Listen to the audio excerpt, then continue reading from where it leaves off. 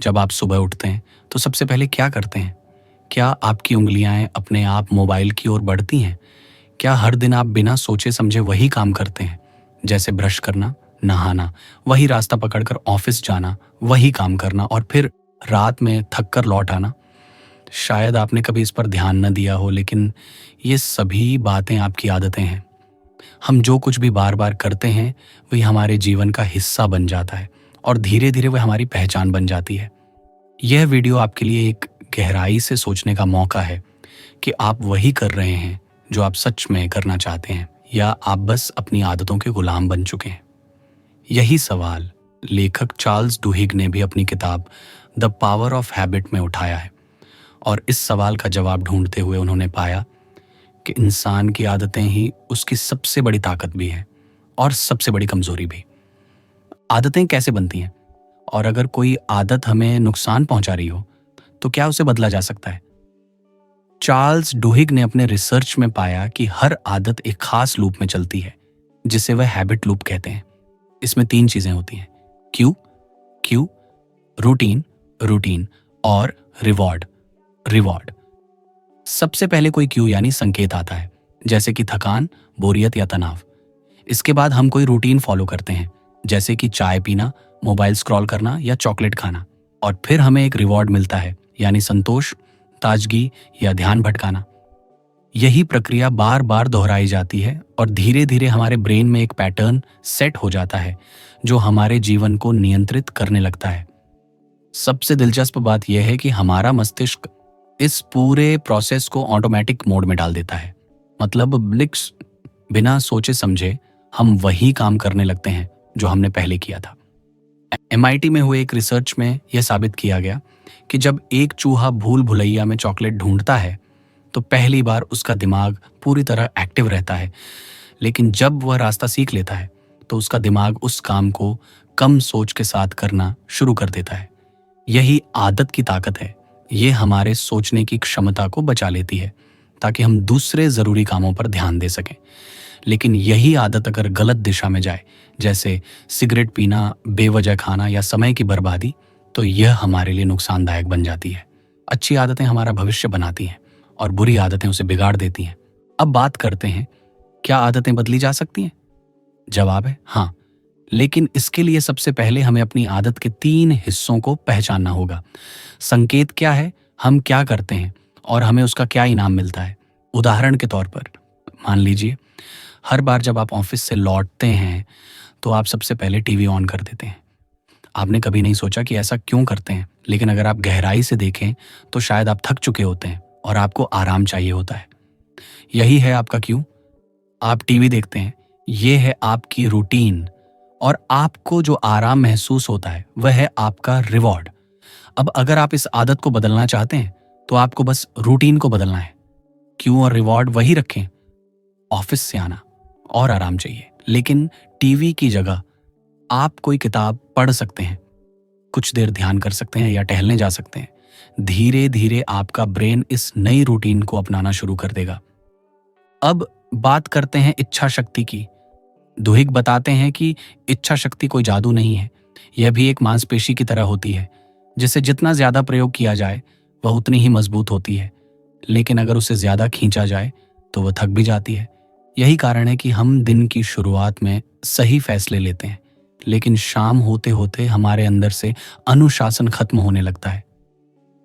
इच्छा शक्ति को मजबूत बनाने के लिए हमें कुछ कीस्टोन हैबिट्स अपनानी चाहिए, यानी ऐसी आदतें जो बाकी आदतों को भी प्रभावित करती हैं।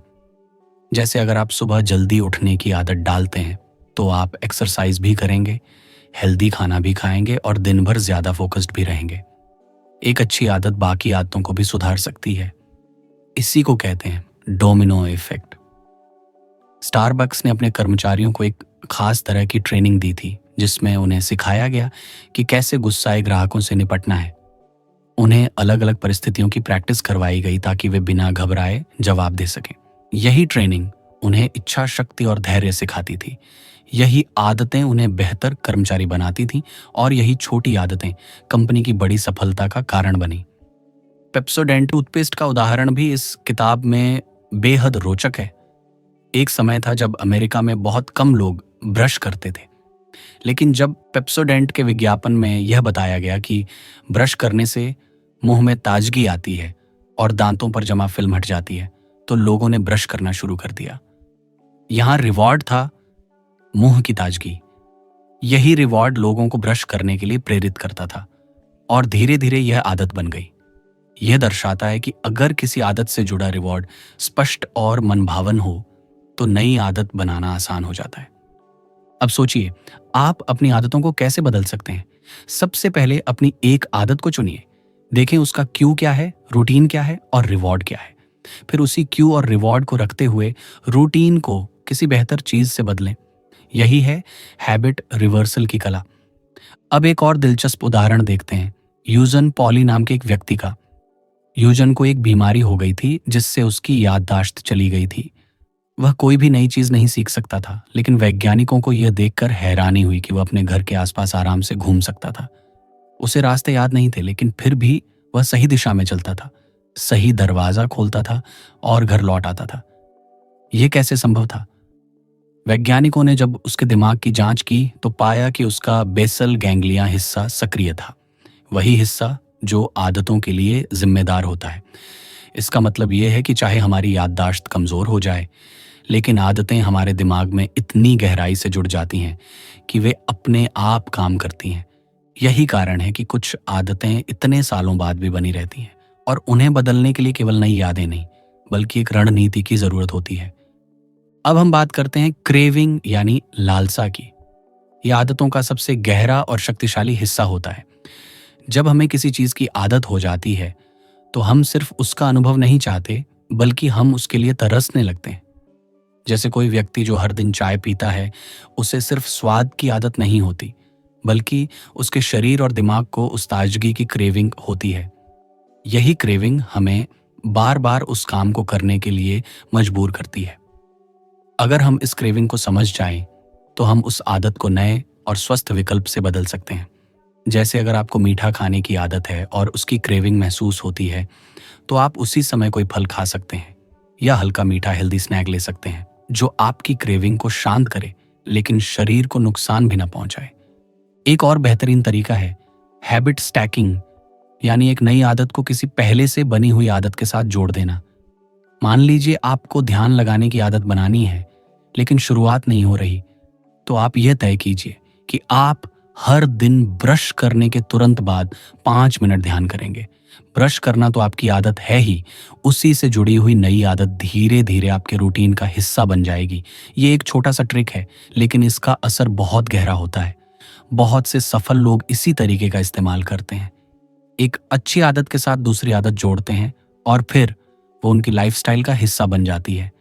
अब हम बात करते हैं पॉल ओनील की, जिनका नाम आपने पहले भी सुना। जब वह अल्कोआ कंपनी के सीईओ बने तो उन्होंने सबसे पहले एक ऐसी आदत पर काम किया जो बाकी सब कुछ बदल सकती थी, सुरक्षा यानी सेफ्टी।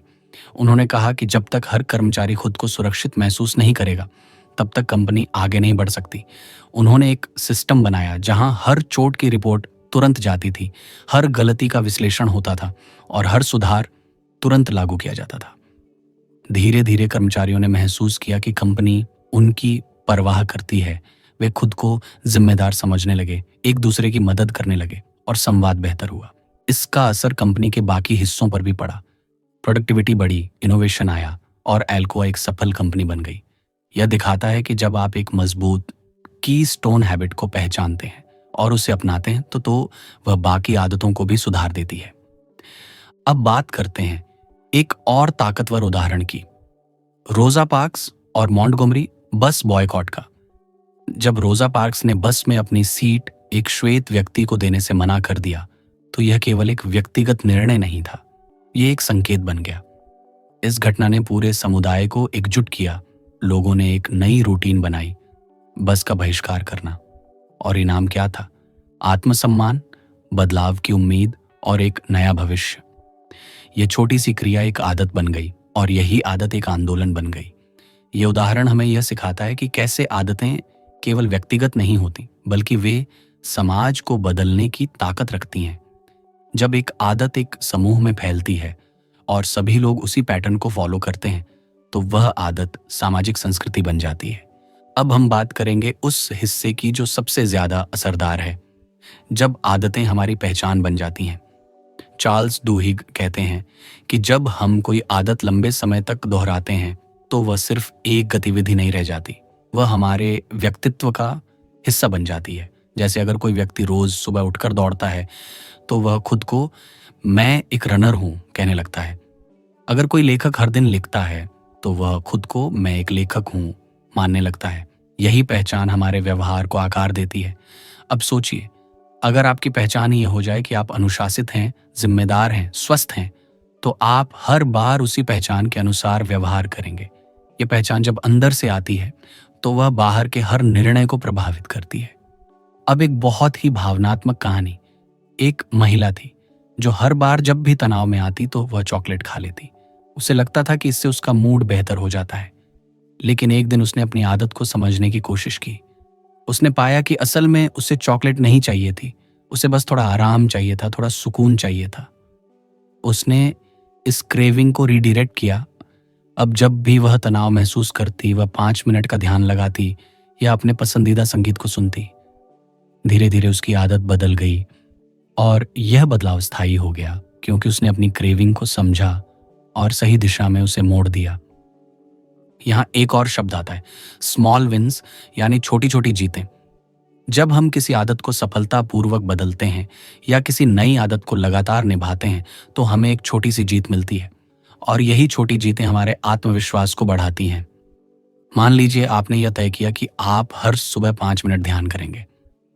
पहले दिन किया, दूसरे दिन किया, बैठा था, और तीसरे दिन आपको लगा कि हाँ, मैं कर सकता हूँ। ये एक छोटी जीत है, लेकिन ये अगले कदम की प्रेरणा बन जाती है। डोहिग कहते हैं कि इन स्मॉल विन्स को सेलिब्रेट करना ज़रूरी है क्योंकि यह हमारे दिमाग को बताता है कि हम प्रगति कर रहे हैं और यह भावना हमें आगे बढ़ाती है। अब एक प्रेरणादायक उदाहरण, Michael Phelps, Olympic gold medallist. उन्होंने अपनी जीत का रहस्य अपने विजुअलाइजेशन रूटीन को बताया। वह हर रात सोने से पहले अपनी परफेक्ट रेस की कल्पना करते थे। कैसे वे तैराकी करेंगे, कैसे हर स्ट्रोक लेंगे और कैसे जीतेंगे। जब वह असल रेस में जाते तो उनका दिमाग पहले ही जीत चुका होता था। यह उनकी मानसिक आदत थी जो उनके प्रदर्शन को असाधारण बनाती थी। यह दिखाता है कि मानसिक आदतें भी उतनी ही जरूरी होती हैं जितनी कि शारीरिक।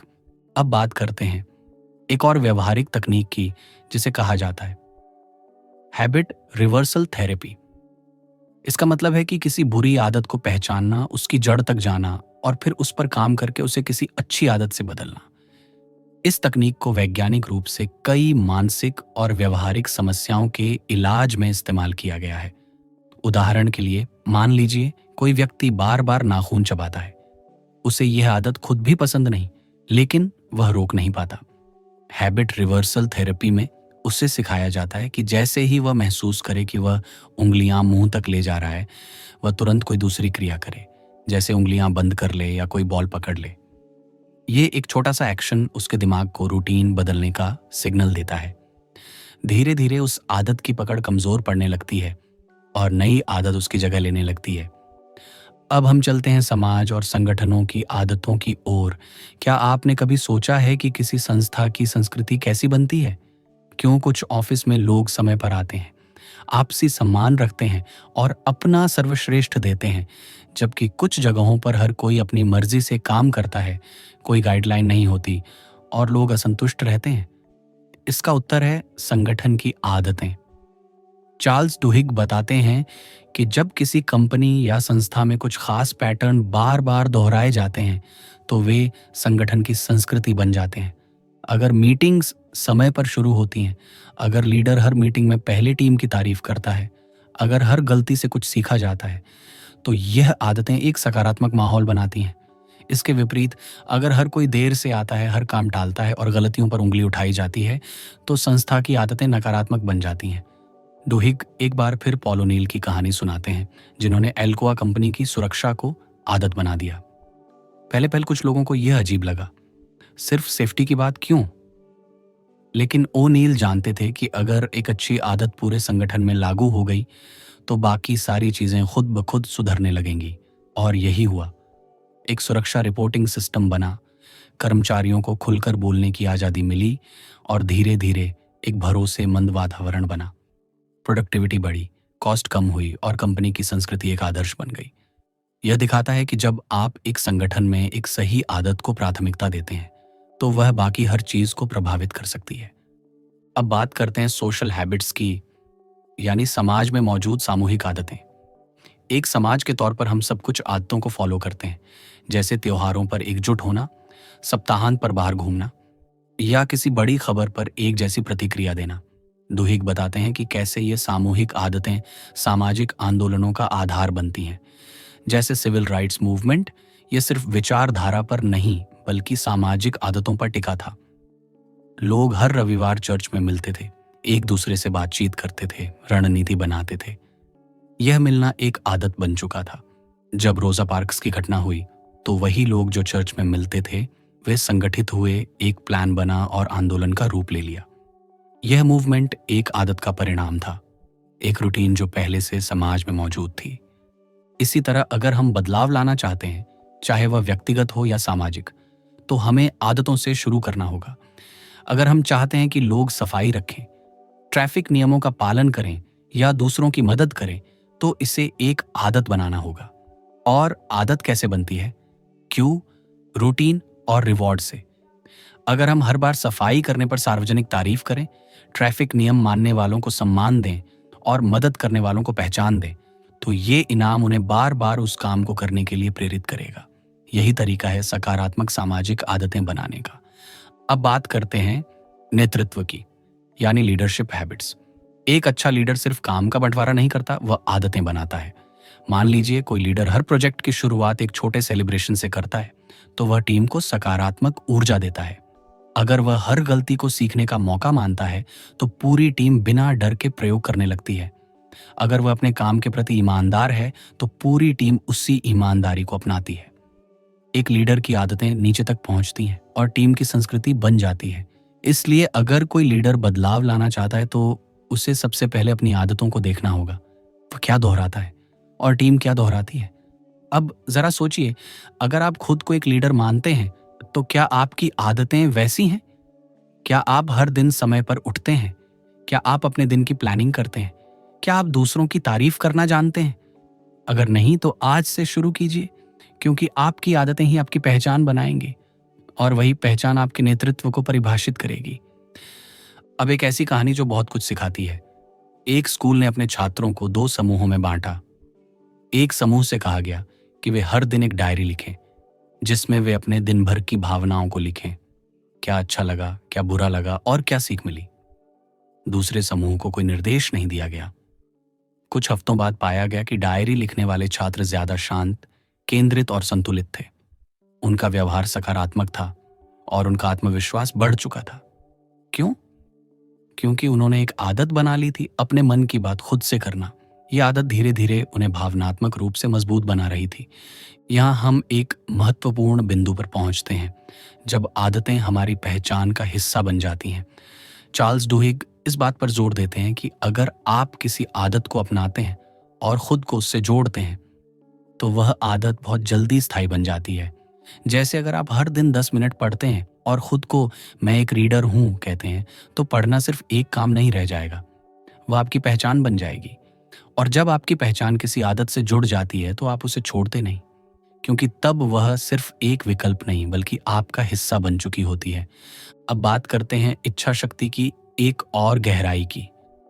जब हम दिन की शुरुआत करते हैं तो हमारी इच्छा शक्ति सबसे ज्यादा मजबूत होती है, लेकिन जैसे जैसे दिन बढ़ता है और हम छोटे छोटे फैसले लेते हैं, जैसे क्या पहनना है, क्या खाना है, कौन सा काम पहले करना है, हमारी मानसिक ऊर्जा खर्च होती जाती है। यही कारण है कि शाम तक हम थक जाते हैं और अक्सर गलत निर्णय ले लेते हैं, जैसे जंक फूड खाना या टीवी पर वक्त बर्बाद करना। इसलिए आदतें जरूरी हैं, वे हमें बार बार निर्णय लेने से बचाती हैं और हमारी मानसिक ऊर्जा बचाती हैं। अब हम बात करेंगे एक ऐसे विषय की जो पूरी किताब की आत्मा है, इच्छा शक्ति को आदत में बदलना। इच्छा शक्ति को अक्सर लोग सिर्फ एक भावना या क्षणिक ऊर्जा समझते हैं, लेकिन चार्ल्स डुहिग बताते हैं कि इच्छा शक्ति एक मांसपेशी की तरह होती है। जितना आप उसका प्रयोग करेंगे वह उतनी ही मजबूत होगी। लेकिन अगर आप उसे ज़रूरत से ज़्यादा खींचेंगे तो वह थक भी सकती है। इसीलिए ज़रूरी है कि हम अपनी इच्छा शक्ति को सही जगह, सही समय और सही आदतों में इस्तेमाल करें। मान लीजिए आप हर दिन शाम को ऑफिस से लौटते हैं और थकावट के कारण जंक फूड खा लेते हैं। आप जानते हैं कि यह सही नहीं है, लेकिन आप खुद को रोक नहीं पाते। इसका कारण ये नहीं है कि आप कमज़ोर हैं, बल्कि यह है कि दिन भर आपकी इच्छा शक्ति कई फैसलों में खर्च हो चुकी है। ऐसे में अगर आपके पास एक तैयार विकल्प हो, जैसे एक हेल्दी स्नैक जो पहले से रखा हो ना, तो आपका दिमाग बिना सोचे वह विकल्प चुन लेगा। ये आदत का कमाल है। जब हम अपने माहौल को थोड़ा सा एडजस्ट कर लेते हैं तो हमारी इच्छा शक्ति पर दबाव कम हो जाता है और हम सही निर्णय आसानी से ले पाते हैं। इसी बात को समझने के लिए एक शानदार उदाहरण स्टारबक्स की ट्रेनिंग पॉलिसी का है। वहाँ के कर्मचारियों को केवल कॉफ़ी बनाना नहीं सिखाया जाता, बल्कि उन्हें यह भी सिखाया जाता है कि कठिन परिस्थितियों में कैसे व्यवहार करना है। एक कहानी है ट्रेविस की, जो एक मुश्किल पारिवारिक पृष्ठभूमि से आया था। उसने बचपन में कई संघर्ष देखे थे और गुस्से पर नियंत्रण नहीं था। लेकिन स्टारबक्स की ट्रेनिंग में उसने एंटिसिपेटेड रूटीन्स सीखी, यानी पहले से तय रणनीतियां कि किसी परिस्थिति में उसे क्या करना है। जब कोई ग्राहक गुस्से में कुछ कहे तो उसे मुस्कुराकर जवाब देना है, शांति से बात करनी है। ये आदतें उसके व्यवहार में इतनी रच बस गईं कि उसने न सिर्फ नौकरी में तरक्की की, बल्कि अपने जीवन को भी बेहतर बना लिया। अब हम बात करते हैं एक और अवधारणा की, जिसे कहते हैं प्री कमिटमेंट, यानी पहले से किसी आदत के लिए निर्णय ले लेना। उदाहरण के लिए, अगर आप फिटनेस को लेकर गंभीर हैं तो आप पहले से एक जिम में पैसा जमा कर दें या किसी दोस्त के साथ सुबह की दौड़ के लिए कमिटमेंट कर लें। जब आप पहले से किसी आदत के लिए हाँ कह देते हैं तो बाद में उसे निभाना आसान हो जाता है, क्योंकि अब वह सिर्फ एक चुनाव नहीं, एक जिम्मेदारी बन जाती है। कई बार लोग छोटी छोटी प्री कमिटमेंट्स करते हैं, जैसे रात में एक्सरसाइज वाले कपड़े बिस्तर के पास रख देना या सुबह के नाश्ते की तैयारी रात में ही कर लेना। ये छोटे कदम आपके दिमाग को संकेत देते हैं कि आप गंभीर हैं, और यही संकेत धीरे धीरे एक आदत में बदल जाते हैं। यहाँ पर चार्ल्स डुहिग एक और बेहद जरूरी बात कहते हैं, आप वह हैं जो आप बार बार करते हैं। यानी आप वही हैं जो आप बार बार करते हैं।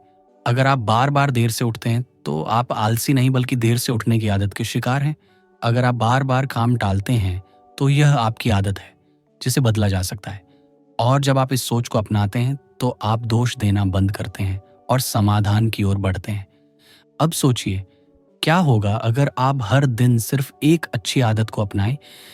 मान लीजिए आपने यह तय किया कि आप हर सुबह उठकर एक पॉजिटिव अफर्मेशन बोलेंगे, जैसे मैं हर दिन बेहतर हो रहा हूं, या मैं अपने लक्ष्यों को पाने में सक्षम हूं।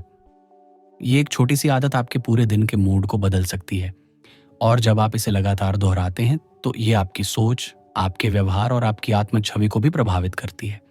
इसी तरह एक और ताकतवर आदत है जर्नलिंग। जब आप हर दिन अपने विचारों को लिखते हैं तो आप अपने ही दिमाग से बातचीत करते हैं। आपको समझ आता है कि आप क्यों परेशान हैं, क्या चीज आपको प्रेरित करती है और आप क्या बदलना चाहते हैं। कई बड़े लीडर्स, कलाकार और वैज्ञानिक जर्नलिंग को अपनी सफलता का कारण मानते हैं, क्योंकि यह आदत आपको खुद से जोड़ती है। और जब आप खुद को समझने लगते हैं तो आपकी आदतें खुद ब खुद बदलने लगती हैं। अब हम चलते हैं उन आदतों की ओर जो हमारी पहचान बन जाती हैं, जिसे डुहिग आइडेंटिटी बेस्ड हैबिट्स कहते हैं। मान लीजिए कोई व्यक्ति कहता है, मैं धूम्रपान छोड़ने की कोशिश कर रहा हूं। इसका मतलब है कि उसकी पहचान अभी भी एक स्मोकर की है।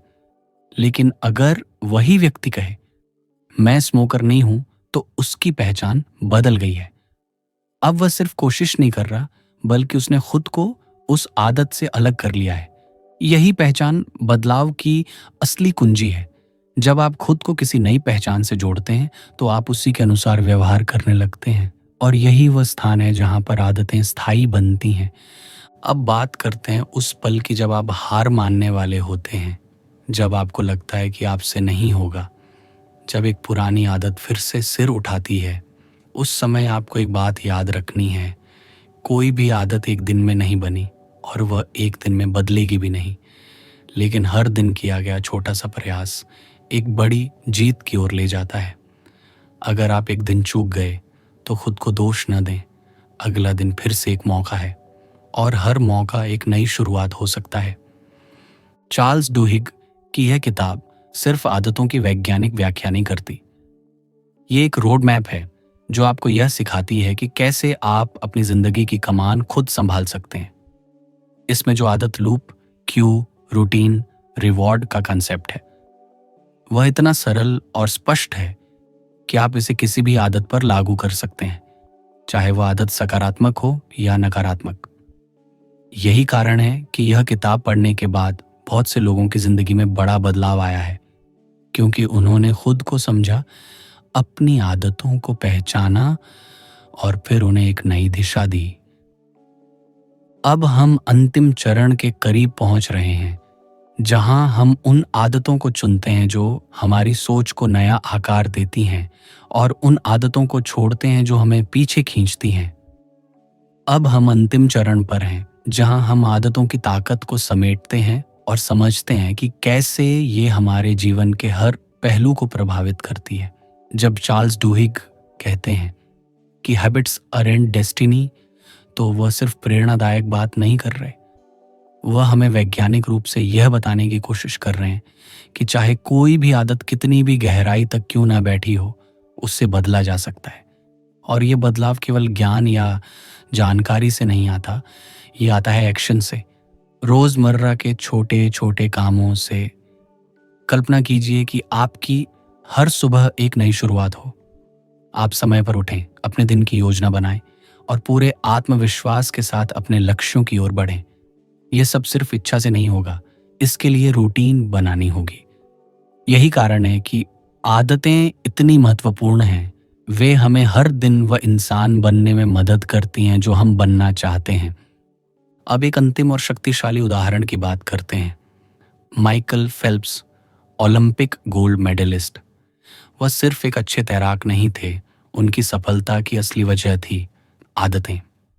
उन्होंने एक विजुअलाइजेशन रूटीन बनाई थी जिसमें वह हर रात सोने से पहले अपनी परफेक्ट रेस की कल्पना करते थे। वह सोचते थे कि कैसे वह पानी में उतरेंगे, कैसे शुरुआत करेंगे, कैसे टर्न लेंगे और कैसे जीतेंगे। यह आदत उनके दिमाग में एक स्पष्ट विजन बनाती थी, और जब वह सच में पानी में उतरते थे तो उनका दिमाग पहले ही वह रेस जीत चुका होता था। यह मानसिक आदत उनकी सबसे बड़ी ताकत थी। अब बात करते हैं हैबिट स्टैकिंग की, एक और बेहतरीन तकनीक। इसका अर्थ है एक अच्छी आदत के साथ दूसरी आदत को जोड़ देना। जैसे अगर आप रोज सुबह ब्रश करते हैं, जो कि एक पक्की आदत है, तो उसी समय 2 मिनट ध्यान शुरू कर दें। कुछ ही दिनों में ध्यान भी ब्रश की तरह आपकी दिनचर्या का हिस्सा बन जाएगा। यही तरीका धीरे धीरे एक पूरी लाइफस्टाइल को बेहतर बनाता है। दुहिग कहते हैं कि एक अच्छी आदत बाकी सभी चीजों को भी ठीक करने लगती है। इसे कहा जाता है कीस्टोन हैबिट। जैसे अगर आप केवल यह तय कर लें कि आप हर दिन रात को जल्दी सोएंगे, तो यह एक आदत आपके पूरे जीवन को प्रभावित कर सकती है। सुबह जल्दी उठना, समय पर काम शुरू करना, अच्छा महसूस करना और जीवन में अनुशासन लाना। सिर्फ एक आदत बाकी सब पर असर डालती है। अब सोचिए, क्या आपकी जिंदगी में ऐसी कोई एक कीस्टोन आदत है? अगर नहीं है तो इसे खोजिए, और अगर मिल जाए तो इसे अपनाइए, दोहराइए और मजबूत कीजिए। एक और अंतिम विचार, छोटी जीतें, स्मॉल विंस। जब आप कोई नई आदत अपनाते हैं और उसमें थोड़ा सा भी सफल होते हैं, जैसे 5 मिनट दौड़ना, एक दिन मोबाइल दूर रखना, एक बार हेल्दी खाना खाना, तो यह छोटी जीतें आपके दिमाग को एक पॉजिटिव सिग्नल देती हैं, और यही सिग्नल धीरे धीरे एक आत्मविश्वास में बदलते हैं। इसलिए कभी यह मत सोचिए कि एक छोटी आदत से क्या फर्क पड़ेगा। सच ये है कि इन्हीं छोटी छोटी आदतों से बड़ा बदलाव आता है। अब सोचिए, आज आप क्या नया शुरू कर सकते हैं? क्या आप रोज 10 मिनट पढ़ना शुरू कर सकते हैं? क्या आप रात को सोने से पहले एक लाइन लिख सकते हैं कि आज क्या अच्छा किया? या फिर क्या आप सुबह उठते ही सबसे पहले अपने दिन के लिए एक पॉजिटिव विचार बोल सकते हैं? जो भी हो, वो छोटा होना चाहिए लेकिन नियमित। और अगर आप फेल हो जाते हैं किसी दिन, तो कोई बात नहीं, अगला दिन फिर से एक मौका है। आदतें परफेक्शन से नहीं बनती, लगातार कोशिश से बनती हैं। इस वीडियो में आपने जाना कैसे आदतें बनती हैं, क्यू, रूटीन और रिवॉर्ड के जरिए। कैसे उन्हें बदला जा सकता है रूटीन को बदलकर, कैसे इच्छा शक्ति को ट्रेन किया जा सकता है, कैसे आइडेंटिटी बेस्ड हैबिट्स हमारे व्यक्तित्व को आकार देती हैं और कैसे एक अच्छी आदत पूरे जीवन को बदल सकती है। चार्ल्स डुहिग की यह किताब एक दिशा है, एक टूल है और एक इंस्पिरेशन है उन लोगों के लिए जो खुद को बेहतर बनाना चाहते हैं, हर दिन थोड़ा और आगे बढ़ना चाहते हैं और जीवन में सकारात्मक बदलाव लाना चाहते हैं। तो अब आपसे एक सवाल, क्या आप भी अपनी कोई आदत बदलना चाहते हैं? क्या आप उस लूप को पहचान सकते हैं जो आपको बार बार उसी आदत की ओर खींचता है? क्या आप उस रूटीन को कुछ और से रिप्लेस कर सकते हैं? अगर हाँ, तो आज ही से शुरुआत करें। आज का दिन आपकी नई जिंदगी की शुरुआत हो सकता है, बस एक आदत की दूरी पर। अगर आपको ये वीडियो पसंद आया हो तो इसे शेयर करना ना भूलें। अपने दोस्तों और परिवार को बताइए कि आदतें कैसे जिंदगी बदल सकती हैं। और अगर आप चाहते हैं कि हम और किताबों की समरीज इस तरह लेकर आए तो चैनल इनसाइड द बुक को जरूर सब्सक्राइब करें।